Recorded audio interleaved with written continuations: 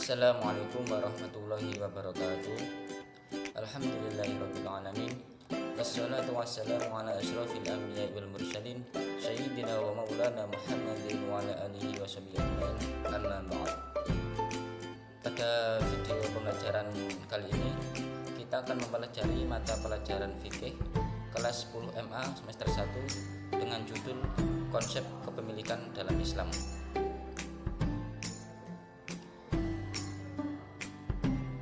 Kompetensi dasar pada video pembelajaran kali ini yakni yang pertama, memahami aturan Islam tentang kepemilikan.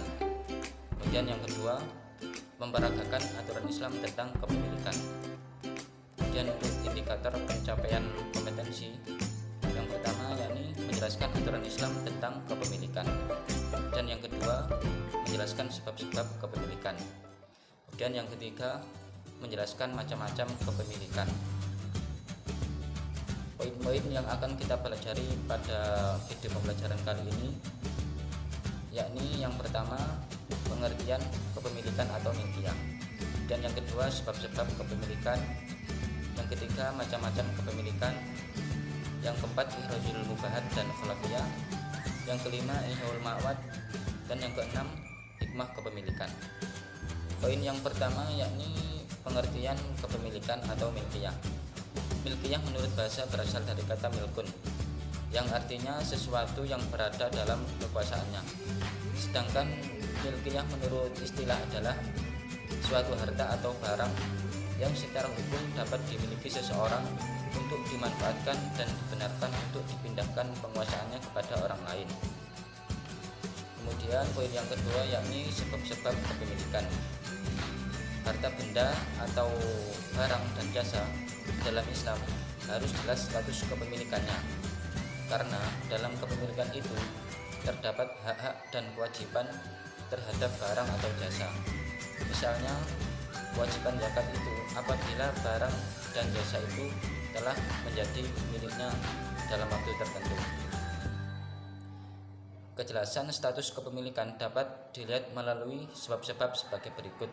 Yang pertama yakni barang atau harta itu belum ada pemiliknya secara sah, atau bisa disebut juga dengan ihrajul mubahat. Contohnya, ikan di sungai, ikan di laut, hewan buruan, burung-burung di alam bebas, air hujan, dan lain-lain. Yang kedua, barang atau harta itu dimiliki karena melalui akad atau bil uqud. Contohnya lewat jual beli, hutang piutang, sewa menyewa, hibah atau pemberian, dan lain-lain. Dan yang ketiga, barang atau harta itu dimiliki karena warisan atau bil khalafiyah. Contohnya mendapat bagian harta pusaka dari orang tua, mendapat barang dari wasiat ahli waris. Kemudian yang keempat, harta atau barang yang didapat dari perkembangbiakan atau minal mamluk. Contohnya telur dari ayam yang dimiliki, anak sapi dari sapi yang dimiliki, dan lain-lain. Kemudian poin yang ketiga yakni macam-macam kepemilikan. Kepemilikan terhadap suatu harta ada 3 macam, yaitu yang pertama, kepemilikan penuh atau milk tam, yaitu penguasaan dan pemanfaatan terhadap benda atau harta yang dimiliki secara bebas dan dibenarkan secara hukum. Dan yang kedua, kepemilikan materi, yaitu kepemilikan seseorang terhadap benda atau barang terbatas kepada penguasaan materinya saja.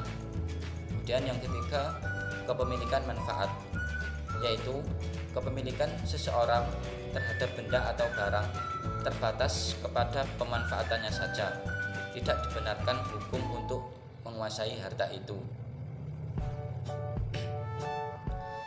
Kemudian poin yang keempat yakni ihrajul mubahat dan khilafiyah. Yang pertama, ihrajul mubahat. Pengertian ihrajul mubahat atau barang bebas maksudnya adalah bolehnya seseorang memiliki harta yang tidak bertuan atau belum dimiliki oleh seseorang atau kelompok. Syarat-syarat ihrajul mubahat Syarat untuk terpenuhinya iruzul mubahat adalah sebagai berikut. Yang pertama, benda atau harta yang ditemukan itu belum ada yang memilikinya. Dan yang kedua, benda atau harta yang ditemukan itu memang dimaksudkan untuk dimilikinya.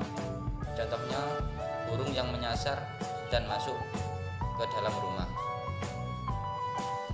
Yang kedua yakni khalafiyah. Khalafiyah adalah bertempatnya seseorang atau sesuatu yang baru di tempat yang lama yang sudah tidak ada dalam berbagai macam hak. Macam-macam khalafiyah ada dua. Yang pertama, khalafiyah syakhsun an syakhsin atau seseorang terhadap seseorang adalah kepemilikan suatu harta dari harta yang ditinggalkan oleh pewarisnya, sebatas memiliki harta, bukan mewarisi utang si pewaris.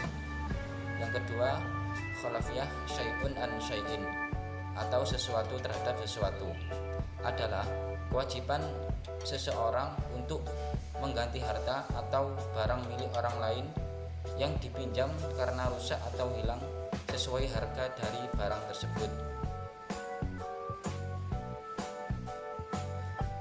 Yang kelima yakni ihya'ul mawad. Ihya'ul mawad ialah upaya untuk membuka lahan baru atas tanah yang belum ada pemiliknya.